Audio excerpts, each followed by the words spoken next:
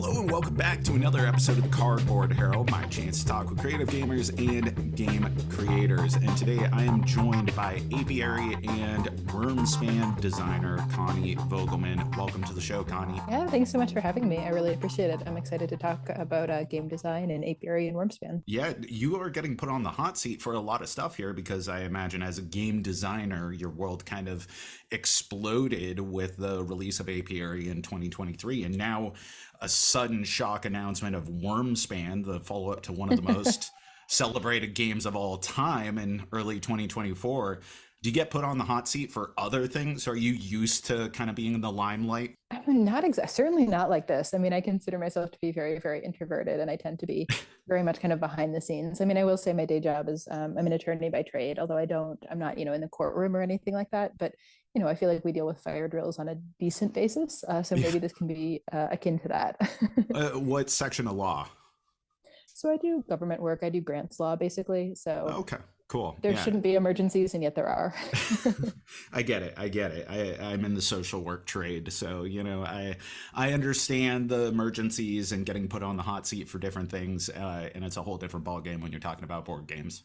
So I am so fascinated by just the world of designers in general. I mean, it was the reason why I got into the Cardboard Herald in the first place, was talking to people like yourself, like Elizabeth Hargrave, who designed Wingspan, and then also one of the first people I had on the show years ago when I had no idea what I was doing was Jamie Stonemaier.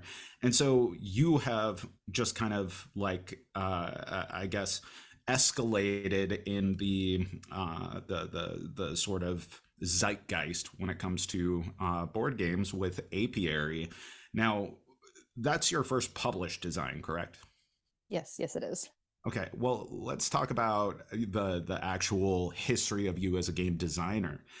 Was that your first designed game, or do you have a lot of projects that are sitting on the shelf right now? No, Apiary was actually my first design, in addition to my first published design. So I really kind of fell into it, to be perfectly honest. I was a really avid game player for quite some time. I mean, I got started in about 2010 or 2011 with Catan, and then it just really, really took off from there. But I will admit, I never really considered designing a game. It seemed like that was for, I don't know, old guys in Europe to do. I mean, it wasn't Yeah. something that I really ever considered until my partner actually wanted to design a game, and I offered to help in a really supportive capacity. I was like, oh, I can help prototype. Like, I'm not very good at this stuff, but I'll try. And that effort fell apart really quickly. We realized that we don't design games super well together. And I don't think that his name's David. I don't think David really loved the process all that much. But I really caught the design bug. And then a couple of months after that, actually, along came Apiary.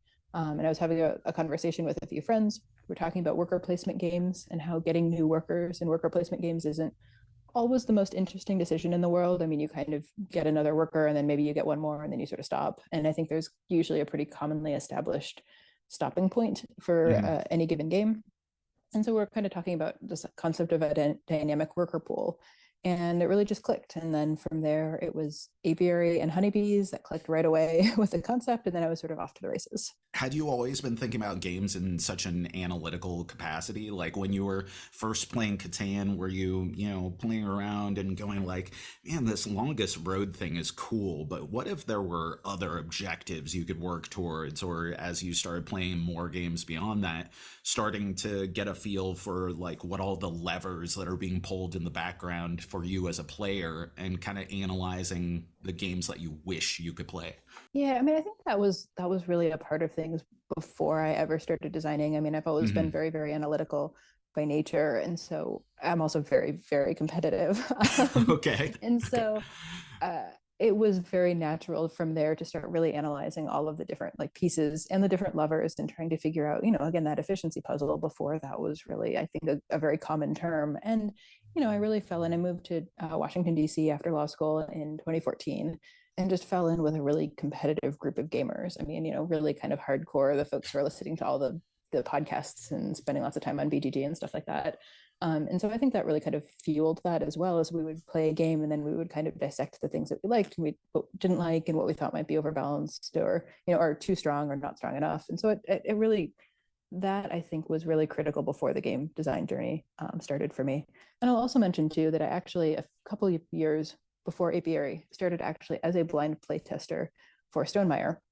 Hmm. At one point, and I can't remember the details, this was right after Tapestry came out. I was just really worked up on the forums and reading all of the forum posts, and I had very strong feelings. And for some reason, I actually just messaged Jamie on BGG, and I was like, I have all of these feelings about all of these civilizations. And he basically said, I'm not going to take any of your advice, but would you like to be on my blind playtester list? And I said, sure. And so we had started playtesting games for Stonemaier, which I think really kind of further fueled that game design thought process even before I became a designer. Was that your initial outlet, like when you were designing Apiary and you thought that it could actually be a published game? Was your instinct, well, I have this established relationship with Jamie, I could bring it to him? Or did you, like think about other potential avenues, starting your own company with it? Like, how do you go from, I'm designing my first game to taking it to one of the most popular board game publishers in the hobby game space and say, this is good enough to be on your roster? Yeah, I mean, gosh, I wish I had that kind of confidence. Yeah. No, it was really more. So I was familiar with Stonemaier, so I had obviously we really enjoy a lot of their games, and I was in the blind playtesting network. Every year, Stonemaier does a design day. An event for aspiring designers and new designers to come together and playtest games. And so I had signed up for that event, not really thinking that Apiary was going to necessarily be a good fit for Stonemaier. But I went to that event, and then I figured I'd sort of see how it was received and kind of go from there. I never wanted to go the Kickstarter route. I was very adamant about that. I love game design. I'm not really interested in trying to figure out manufacturing. So I was definitely always going to go the published route. But I will say that before I went to that Stonemaier Design Day, this was in 2021.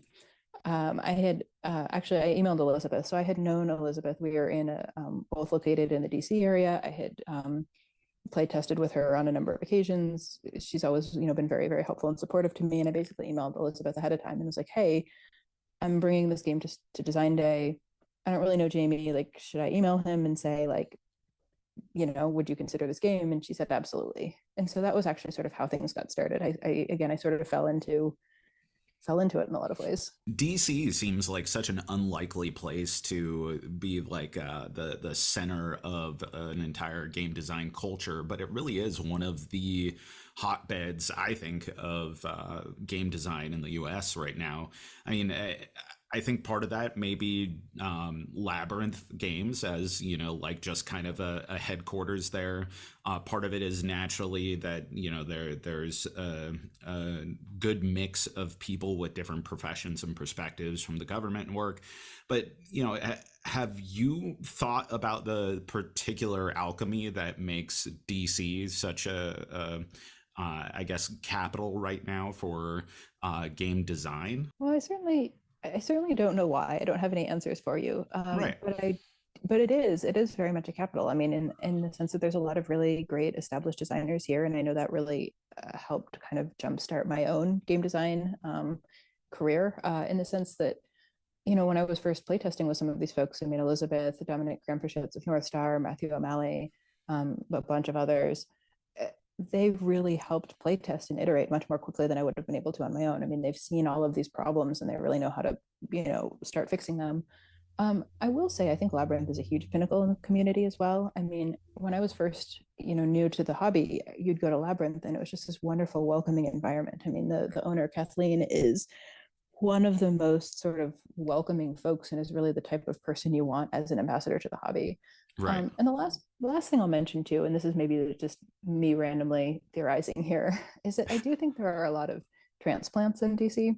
A Hmm. lot of folks who are coming, like I did, who don't really know anyone. And I wonder if that is, you have a lot of sort of very ambitious, career-driven folks who don't necessarily know people who are looking for an outlet. And maybe a lot of those folks end up stumbling into board games. I mean, that was certainly how I got from, interested in the hobby to this is what I do every day. Right. Was Right. really joining meetup groups when I came to DC and then kind of building a friend network from there. And I would imagine other folks have had a similar experience. That makes a lot of sense to me.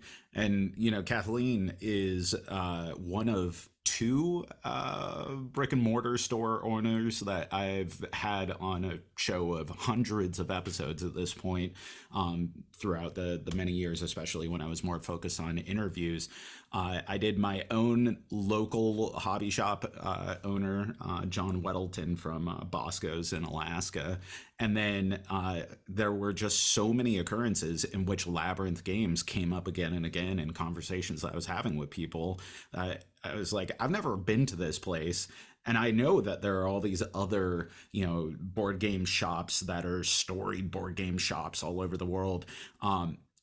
But I want to talk to this person. So it was it was an interesting thing, and she was great to have on. She was great to talk to. But we're here talking to you, and I want to know a little bit about Apiary. I mean, you've certainly talked a lot about the history of Apiary, and Jamie has also talked about it. But like from your perspective,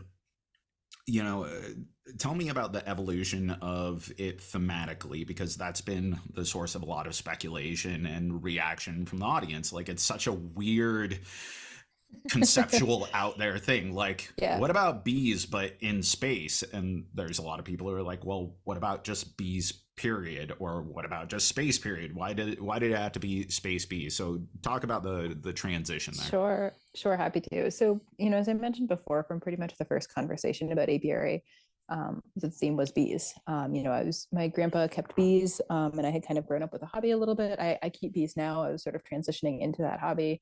Great. Yeah, they are amazing creatures. But while I was working on the game on my own, it was always bees. It was never bees in space. When I got to talking with Jamie, this was after Stonemaier's design day, and he basically expressed a little bit of very cautious interest, and talked to me a little bit more about the game. He asked me if I would be open to a retheme. And I was like, well, okay, what's the retheme? Because bees were pretty well entrenched in the theme at that point. I mean, this whole concept of workers aging and dying, you're building out a hive, everything is hexes. It was pretty entrenched. And Jamie said, well, what about bees in space? And Of course. I mean, naturally. But I had to say that the more that I thought about it, the more I liked it. So I'm a huge nerd. I'm a big science fiction fan. So giant insects running around space is not something that I'm completely unfamiliar with from a fiction standpoint. Right. The Adrian Tchaikovsky books deal Mhm. with that. A couple of Werner Vinge's books are my favorite of all time. So I was intrigued by it. And the more I thought about it, the more I really liked it. It solved a couple of underlying design problems. I mean, bees are smart, but they're not as smart as they are in the game. I mean, why are they recruiting other creatures from other hives to come help them? Why are they building out technologies? It didn't quite work all that well. So retheming it to space actually helped a lot with some of those issues. It also helped, allowed us to add a second refined resource, which ended up being really good for the game flow as well. So, after that, we were sort of off to the races. And this is where I liked the concept of it and really trusted Jamie. I mean, he's an expert in the field. And so if he thinks it's going to hit, either it'll hit or he will make it hit. Right. So that was how it transitioned from bees to bees in space. Yeah, like when I first heard the theme, because, if we're honest, there was certainly this kind of like reaction to, what is this, bees in space? People were kind of like, I don't know about this new theme. The first thing that I thought of was, what was it, Blind Sight, the science fiction novel, which isn't bees in space, but it's certainly hive mind, insectoid-like creatures, and the kinds of things that you can do with essentially swarms on a solar system wide perspective, or I guess galactic perspective. And I was like, the entire history of science fiction is, taking one thing, twisting it a little, and saying, well, what does this mean to us? And so it kind of seemed like a natural fit. Maybe on paper, somewhat cheeky, but at the same time, the most beloved fiction of all time is somewhat cheeky fiction, right? If someone just gave you the pitch of Star Wars or Star Trek without the entire lineage and history of Star Wars or Star Trek, they're going to be like, that sounds kind of funky. But it works out. And I certainly thought that when I played Apiary, that there is a lot of thematic resonance, things that, reflect the intent of the theme, and not just Kwanchai Moriya's artwork, but, the things that you're doing have a sense mechanically, but also seem to indicate some sort of aspect of civilization and culture. And sure, there could be other themes, and you can see the blueprint, the DNA of the naturalistic theme behind it. But same can be said about, a bajillion games. It's what you really try to do with the existing theme. Now, with that transition, you mentioned that there was an additional resource that became available, or that made sense within the context of the game. Were there any other mechanical shifts that you had to do where, either it empowered you to kind of shift the game at all, or that you needed to shift in the game in order for it to make sense? Yeah, I mean, the refined resource was one, definitely, because it felt like the game was a little bit thin without it, because in the original game, it was just your three primary resources getting converted into honey.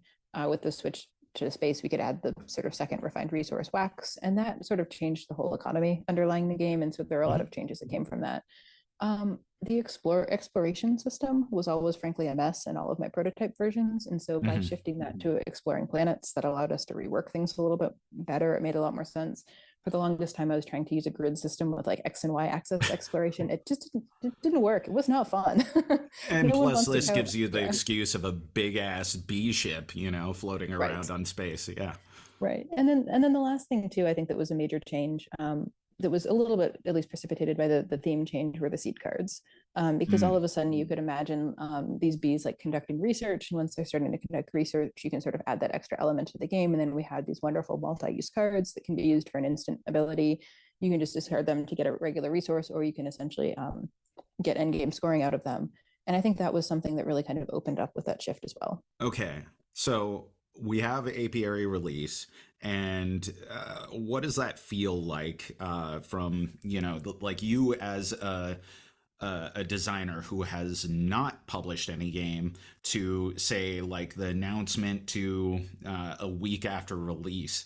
Does that change your perspective on either yourself as a designer, the board game hobby, or, just like the expectation that you do stuff like this, go on podcasts to talk about your hobby work? Yeah, I mean, it's definitely been different. And I will say that the biggest sense from, pre-apiary release to say now is mostly just a sense of relief. Especially when you go from nowhere at all to this big published game, you're like, oh my God, what if it fails? And Right. then, in the back of my mind too, I had Wyrmspan behind it, thinking like, oh my God, if apiary absolutely flops, what does that mean for Wyrmspan? And we'll talk about that a little bit more later, or talk about Wyrmspan more later. Um, but yeah, I mean, it's definitely a little bit of a shift. Like I've mentioned it to a couple of my coworkers, and you can tell they have no idea of anything about it. They're just like, "What board games? Like, who plays board games?" Right. But I will say the hobby does. It is interesting to come at it from a different perspective. I mean, just sort of in my own hobby, I've gotten a lot more sensitive to how I talk about other people's games, how I talk Mm. about games, how I rate games and things like that. Because, as a designer and as a new designer, I mean, I'm paying a lot of attention to all of the reviews, all of the critics, all of the comments on BTG, all of the forums and everything like that. And so I think I'm starting to become more sensitive to how I talk about these things as well, realizing that I'm probably not the only person who has a lot of stake in the game who's paying attention. And just because a game doesn't work for me doesn't necessarily mean it's an inherently bad game or something like that. Right, right, right. I imagine that's got to be a nightmare. Like, I have a hard enough time thinking about other people watching the videos that I make, like, and, I try to get in there or respond to comments, even, the feedback that people have when it's, not so flattering of comments about, my voice, my shooting, my opinions, all that kind of stuff. But, putting a game out there with so many expectations has got to be anxiety inducing, to say the least. And then to know that you have Wyrmspan on the horizon. So how long have you been working on Wyrmspan? Yeah, so Wyrmspan has been, I believe, a year and a half to 2 years, something like Holy that. crap, Connie. Yeah, A yeah, year and a half to 2 years? This has been tucked away that long? yeah. Yeah, I believe we started it in just early to mid 2022, something like that. So yeah. But yeah, it's been a lot to keep my mouth shut about for the last couple of years, because it's like you go to all these events and you're like, oh yeah, I'm a designer, and they're like, oh, do you have anything? And I'm like, yeah, I'm working on a couple of things, but like can't really talk about it. So, as I understand it from looking at some of the materials that Jamie has put out there about Wyrmspan.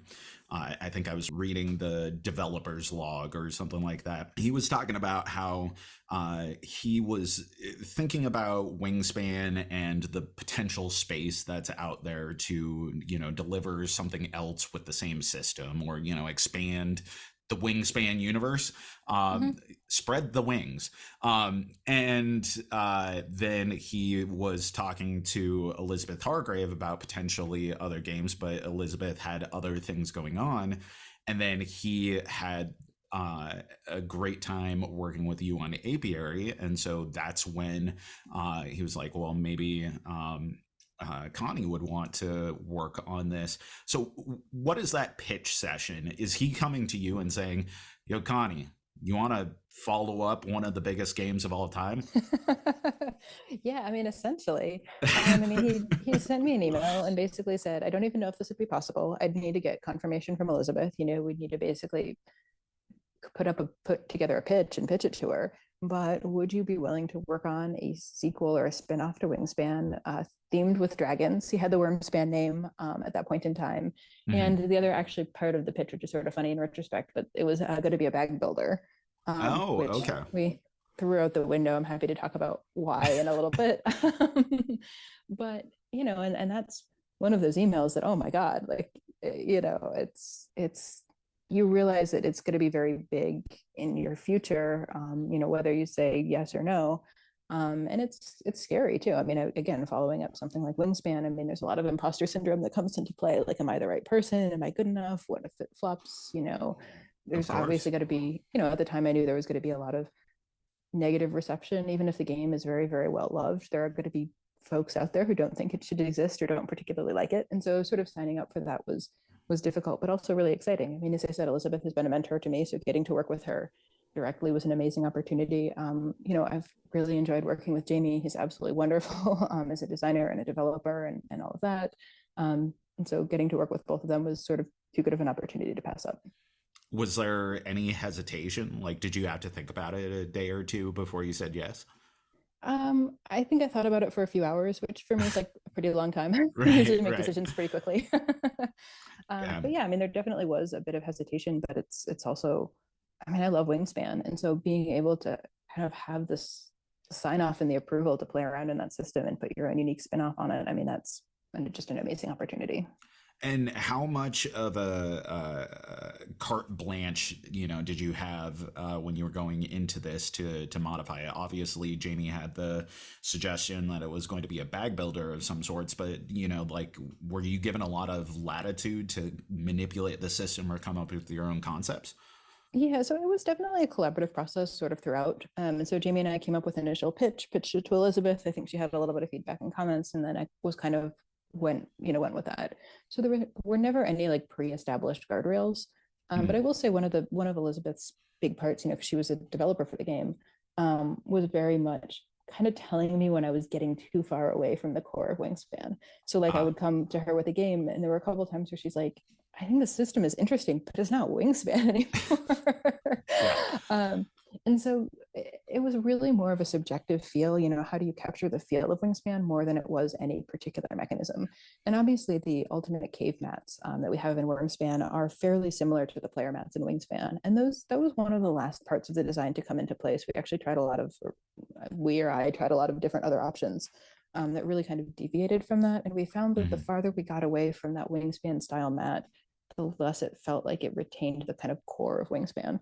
And so that sure. was why we actually ended up making it quite a bit more similar to Wingspan than it was in a lot of its earlier iterations. Okay, I have a couple really meaningful and like questions that you can dive into, but I also have a stupid question that I have to ask Sure. as the sci-fi fantasy geek that I've always been.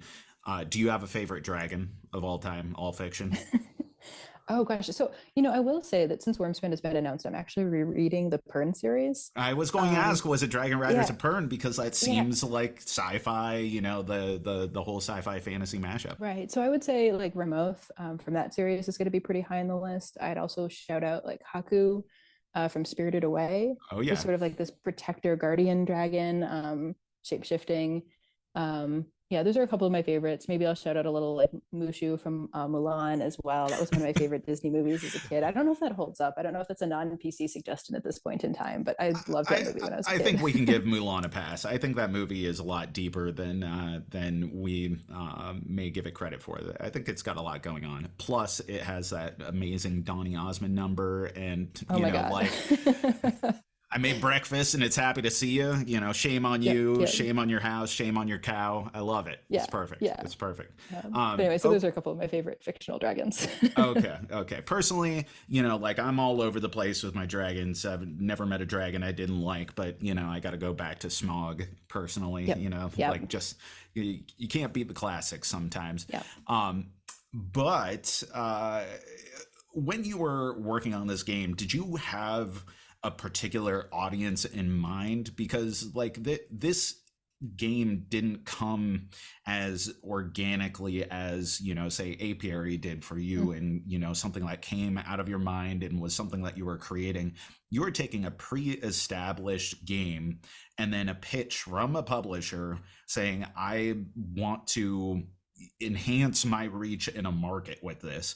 So is this for people who love Wingspan? Is this for people who rejected Wingspan because they're like, oh, gross, birds? I don't want to play with those. I want to play with dragons. Like who was the gamer that was playing with this first and Yeah, foremost in your mind? yeah, absolutely. So a little bit of both. So I would say that Wyrmspan was always designed to be a little bit heavier than Wingspan. So Okay. it was always decided to not maybe a full step of complexity, but be another kind of half step above it, which was actually Mm, part of the reason why we lost the bag building, is it ended up adding like 2 steps of complexity, and it made it not particularly family friendly at that point. So we wanted to basically say that, all right, if you play Wingspan, if you love Wingspan, even if it's the only game that you ever play, this will be within your reach. This is not going to be such an extra complexity game that you're not going to be able to play it. So if you love Wingspan and are looking for something a little bit different, try this game. But we also wanted to try to appeal a little bit to some of the gamers who either don't love birds, which, it's it's sad because crazy. birds are Yeah, great. birds are amazing. They're the closest thing to dragons we have on the planet. Right, of course. Or for folks who just wanted just one extra notch of complexity. I mean, I Right. think it's become, I don't know, a little bit like in vogue for hardcore gamers to criticize Wingspan, which I think is like, I think misses the mark a little bit. I think that game is surprisingly deep, for how like simple and accessible it is. And I Right. think, yeah, I think there's just tons and tons of layers of strategy. And I would say that anyone who thinks Wingspan is like not a deep game should play my partner David. They will get their butt kicked 100% of the Yeah, time. yeah, yeah. um, but anyway, so those were kind of the groups that we were targeting. One of the things about you coming out with this game that I was thinking about as you were talking about, the imposter syndrome and what if it doesn't land and all that kind of stuff, what if people don't like the game, is that, there's always going to be those iconoclasts, people who want to take down something because it's popular, like because it's nice, because it's inviting to people. And that's a lot of what Wingspan is. I mean, don't get me wrong, there's legitimate criticism to be made about any game, and not every game is for everyone.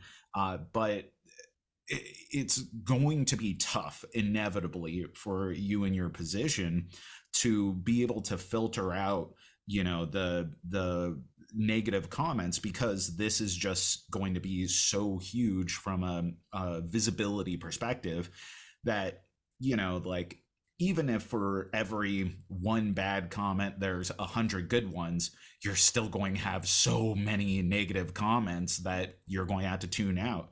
Like what do you do with that, especially as someone you mentioned earlier, you pay attention to reviews, you read the comments. Yeah, well, I mean, I think actually Elizabeth said it best a couple months ago. We were chatting about it, and she told me it would be an opportunity for growth for me, and I Yeah. think that's absolutely correct because, as you said, I mean, it and to a certain extent, and this is kind of a disappointing factor of human psyche, but you do definitely dwell on the negative, and Right. and some of it too is that that's just how our brains are wired, and some of it is that oftentimes the people who like something are like, yay, this is great, and then the person who doesn't like it writes a 2,000 word essay, and so it takes Right. up disproportionately more space and more brain space and all of that. But I do think some of it is really, in this case, going to be, there are going to be folks who dislike it regardless. Right. And so I think a lot of it will be sorting out who are the people who you are never going to please? I mean, who just does not want this game? It doesn't matter what form is it in, and kind of filter those into its own bucket and just say, all right, this is not their game.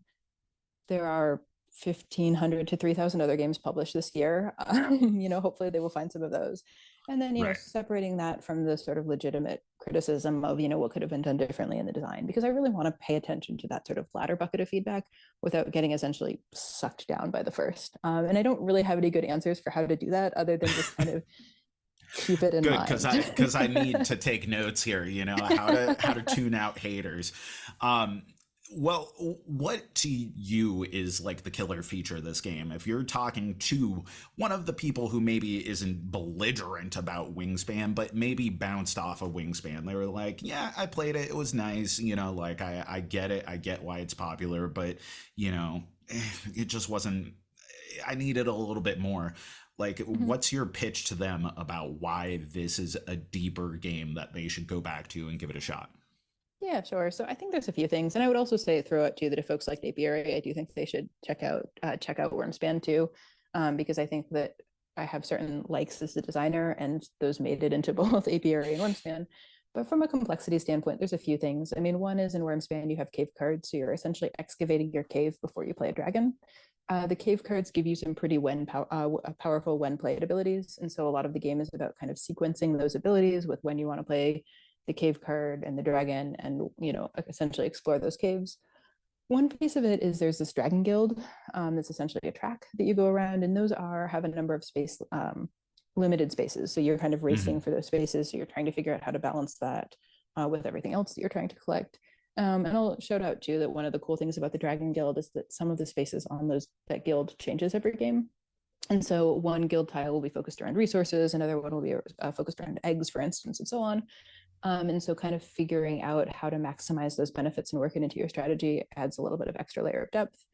And then one of the things that I wanted to talk about, actually, there's maybe three other things, a couple of other things. 5, you know what, 10 other things. Let's just record a whole other podcast. All right. I'll be quick, I promise. One of them is that the action economy is a little bit different in Wyrmspan. You can actually get extra, essentially action cubes. They're coins in Wyrmspan, but you can get extras. And so trying to figure out how to prioritize those into your scheme, I think is really, really important. We have these little hatchlings, which are the cutest dragons in the world, and they're kind of a little mini game. Right. But you have to essentially try to activate them 3 times. They're incredibly expensive to play. They're not really worth that much, but if you can get that third activation of them, they give you a pretty big reward. So it adds this little mini game sort of almost sprinkled throughout your cave. Then the last thing that I think actually makes the game feel really different is that, you activate your rows in Wyrmspan sort of similar to the rows in Wingspan. But the cost to do so increases every time you activate that row within a round. And so it gets really expensive to keep hitting the same row. And so really, I really, it's a sequencing puzzle. So you're trying to figure out like, okay, I'm only going to walk through this tunnel once in this round. When am I going to do it to get that benefit on the guild track that I need to then trigger this other action, which will allow me to play this cave card, which allows me to get this other resource, which allows me to play a dragon, which then will allow me to walk through the second tunnel, and so on. And so I do think there's a lot of kind of depth to some of those, again, sequencing decisions. Yeah, I love any time in a game where you kind of have to, weave through it. You have to be the leaf, so to speak, to borrow some Legend of Korra terminology there. Well, you have had your hands full with Apiary and Wyrmspan working on these for so long, keeping them under wraps. Where do you go from here? Like, do you have other games that you're working on? Do you have aspirations for, working with other publishers? Certainly working with Jamie and with Elizabeth has to be awesome, but you seem like a creative driven person, and there's certainly a world of games out there that wouldn't necessarily fit within the Stonemaier scope, but maybe you have to offer nonetheless. Yeah, I mean, I basically just want to keep designing. I mean, I just started, I'm working on an apiary expansion. I have another game that I've been working on pretty hard, and then I have a bunch of ideas that will hopefully make it to the paper sometime. So yeah, I mean, I just kind of want to keep designing, and I do think my interests maybe skew a little bit heavier. I mean, I've been, and so I think maybe at some point I would design a slightly heavier game. But I don't know. I really love what I'm doing right now and just want to keep doing it. That's awesome. I think that you have a ton to offer. I'm looking forward to getting my hands on Wyrmspan. I've played Apiary several times. It was a game that both my wife and I played, and we're like, that was kind of awesome. We should play that again. And it's rare that, like a full session game will play back to back, but, that's what happened. And, it's sitting on the shelf right there to play again and again, which is what we've done with it so far. And we're looking forward to whatever you got in store on that.